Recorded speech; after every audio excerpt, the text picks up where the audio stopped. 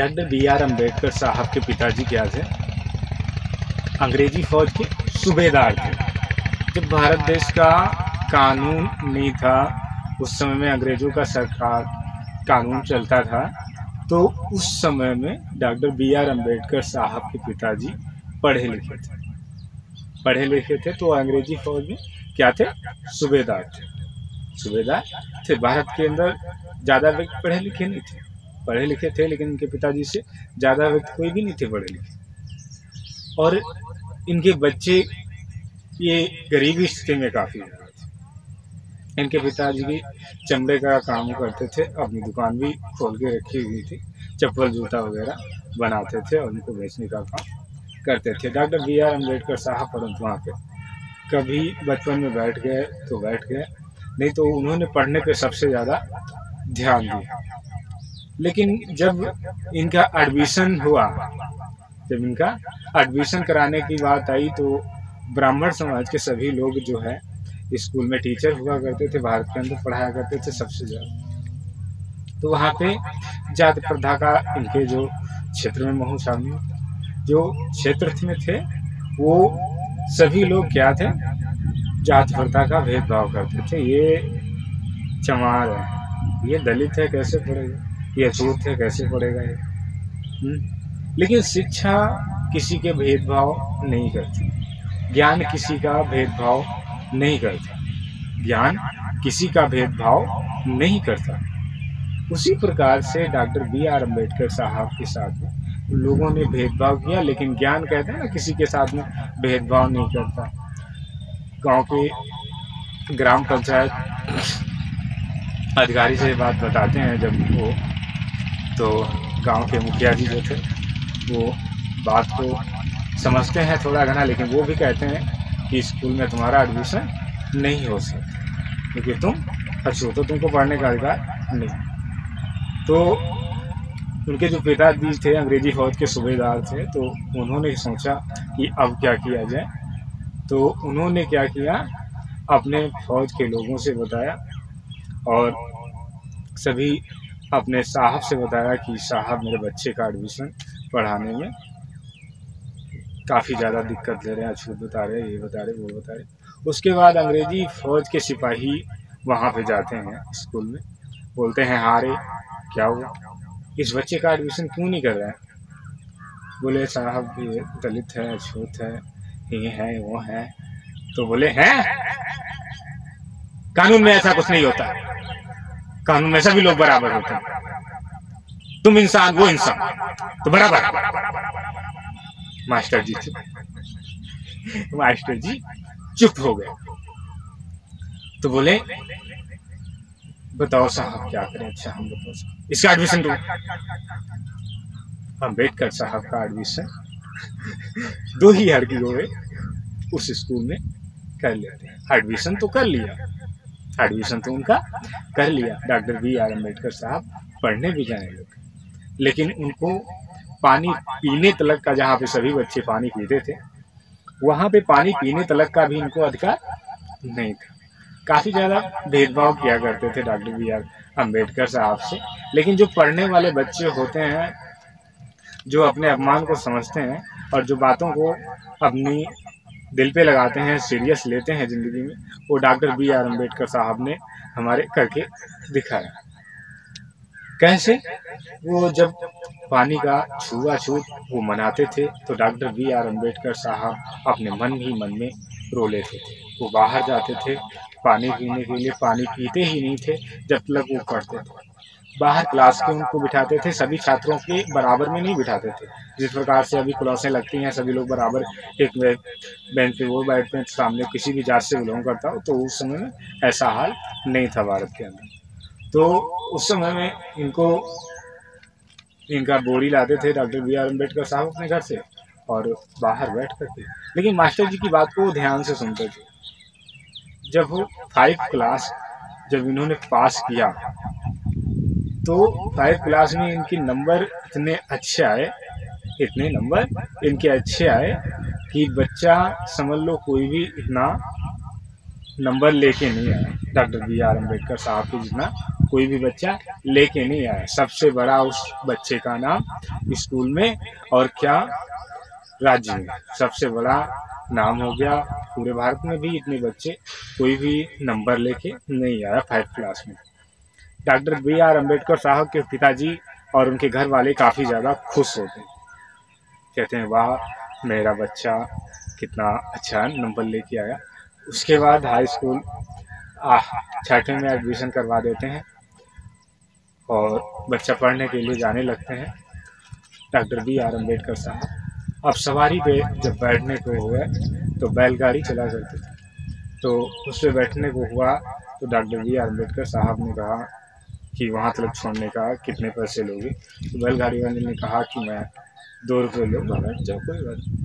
2 रुपये बता करके डॉक्टर BR अम्बेडकर साहब बैठ गए। जब उन्होंने जात पूछी तो उन्होंने बताई मैं महार जाति से बिलोंग करता हूँ। तो गाड़ी वाला बोला उधर जल्दी उधर जल्दी उधर नीचे। वो डॉक्टर BR अम्बेडकर साहब को नीचे उतार देता है अपनी बातों से। डॉक्टर BR अम्बेडकर साहब नीचे उतर आते हैं और उनसे 2 रुपये भी वो ले लेता है।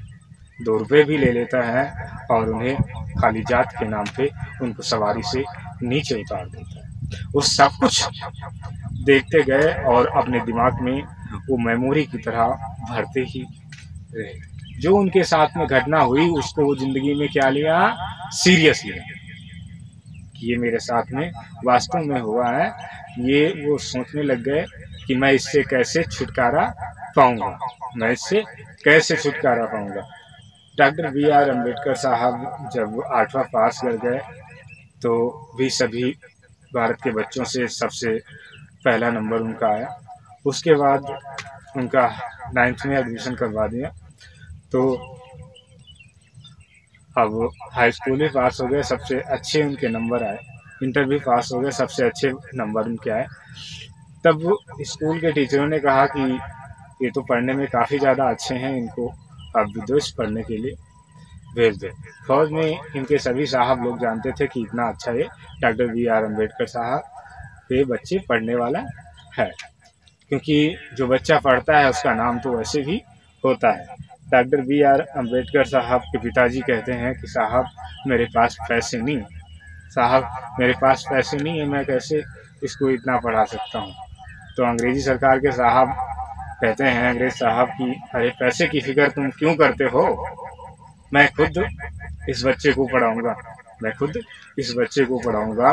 और वो पढ़ने के लिए डॉक्टर BR अम्बेडकर साहब को लंदन भेज देते हैं। वहाँ से पढ़ के आते हैं, डिग्रियाँ लेकर के आते हैं, वकालत करने लग जाते हैं। केस भी होता है तो एक सेठ का केस की कहानी आपने सुनी ही होगी। वो सेठ वहाँ पे भी इनको दलित समाज के जो है लोग, उच्च समाज के लोग, ब्राह्मण लोग काफ़ी ज़्यादा इन लोगों को इनको अपना दलित बताया करते थे। कोई भी काम नहीं कर सकता था, उनके पास कोई केस ही भी नहीं आते थे। तो एक सेठ का बच्चा फंस गया था, तो सेठ के बच्चे से इन्होंने कहा था कि तुमको कोई भी वकील नहीं बचा सकता है।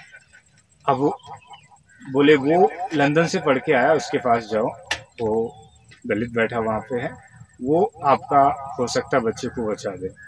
तो वो जाते हैं केस लेकर के, तो वो सेठ डॉक्टर BR अम्बेडकर साहब के पैरों में गिर जाते हैं, कहते हैं साहब मेरे बच्चे की जान को बचा लो। कहते हैं क्या हुआ, कागज़ अपने दिखाओ। कागज़ वो दिखाते हैं और पूछते हैं कि क्या हुआ। तो बताते हैं साहब मेरा बच्चा इस केस में अंदर हो गया है और इसे नाजायज़ सताया जा रहा है और इसे फांसी बोल दी गई है, इसे फांसी बोल दी गई है। अब वो डॉक्टर BR अम्बेडकर साहब ने कहा चिंता मत करो, आपके बेटे को मैं बचा लूँगा, मेरी जिम्मेदारी है मेरी बचाने की। उनके पिता को आश्वासन देते हैं। उनके पिताजी साइलेंट हो जाते हैं कि हमारा केस कोई वकील तो लड़ने के लिए तैयार हुआ। जब केस तैयार हुआ तो सभी भारत के वकील प्रसिद्ध सभी डॉक्टर BR अम्बेडकर साहब पे हंसने लग गए। जज साहब ने कहा इन सभी को फांसी दे दिया जाए, इन सेठ के लड़के को फांसी दे दिया जाए। सेठ का लड़के को फांसी लगाने के लिए चले, फांसी का फंदा उसके गले में डाला। अब 1 नंबर बोला, 2 नंबर बोला। उसके बाद डॉक्टर BR अम्बेडकर साहब ने कहा बस रुक जाओ, बोले क्यों? डॉक्टर बी आर वो रुक गया। बोले क्या हुआ डॉक्टर बी आर अम्बेडकर साहब? बोले जज साहब, तुमने फांसी कहा था, मौत नहीं कहा था। अभी इसको मार दोगे तो इसकी मौत हो जाएगी। तुमने फांसी कहा था, वो तो तुमने गले में फंदा डाल दिया, फांसी हो गई इसकी, फांसी हो गई इसकी। मौत नहीं कहा था तुमने, ये मौत इसकी हो जाएगी। जज साहब को भी बातों से हारना पड़ा और वो सेंट का case doctor B R Ambedkar साहब जीत जाते हैं। कानून में सबसे बड़े डॉक्टर बी आर अम्बेडकर साहब जाने लगते हैं। भारत के बड़े बड़े लोग, प्रसिद्ध लोग इनको जानने लगते हैं। तब तक इधर भारत के लिए जंग छिड़ चुका था अंग्रेजी सरकार से और भारत से। देश आज़ादी के लिए झगड़ा होने लग गया था। काफ़ी ज़्यादा झगड़ा होने के बाद देश आज़ाद हो गया। देश आज़ाद होने के बाद डॉक्टर बी आर अम्बेडकर साहब को इन्हों को बोला कि आप भारत का कानून लिखो। अमेरिका के राष्ट्रपति ने भी इनको सपोर्ट किया और ये सभी जगहों पे इनको टहलने के लिए इनको भेजा, सभी जगह से अनुभव लेकर के। और सबसे ज़्यादा जो इनके ऊपर बचपन की कहानी जो मैंने सुनाई आपको, कहानी में वो गुजरी, वो सभी चीज़ के लिए भेदभाव, मान वगैरह सभी चीज़ों के लिए इन्होंने इम्पॉर्टेंट बातें संविधान में रखी और कानून में अपने रखी। और मैंने पिछली भी कहानी में सुनाया था कि यदि कानून नहीं होता तो क्या होता, आपस में ही लोग लड़के मर जाते, आपस में ही लोग लड़के मर जाते। डॉक्टर बी आर अम्बेडकर साहब उसी दिन से काफ़ी ज़्यादा जाने लग गए और भारत के अंदर माने जाने लग गए। तो चलिए, ये डॉक्टर बी आर अम्बेडकर साहब की छोटी सी कहानी यहीं पे समाप्त होती है। हम आपको फिर से मिलते हैं अपनी नेक्स्ट कहानी के साथ। तब तक के लिए आप अपना रखेंगे ध्यान, अपने परिवारजनों का रखेंगे ध्यान। ये नयनधर कहानीकार आपको फिर से मिलेंगे अपनी नेक्स्ट कहानी के साथ में। तब तक के लिए प्यारे मित्रों, आपको नयनधर कहानीकार का नमस्कार।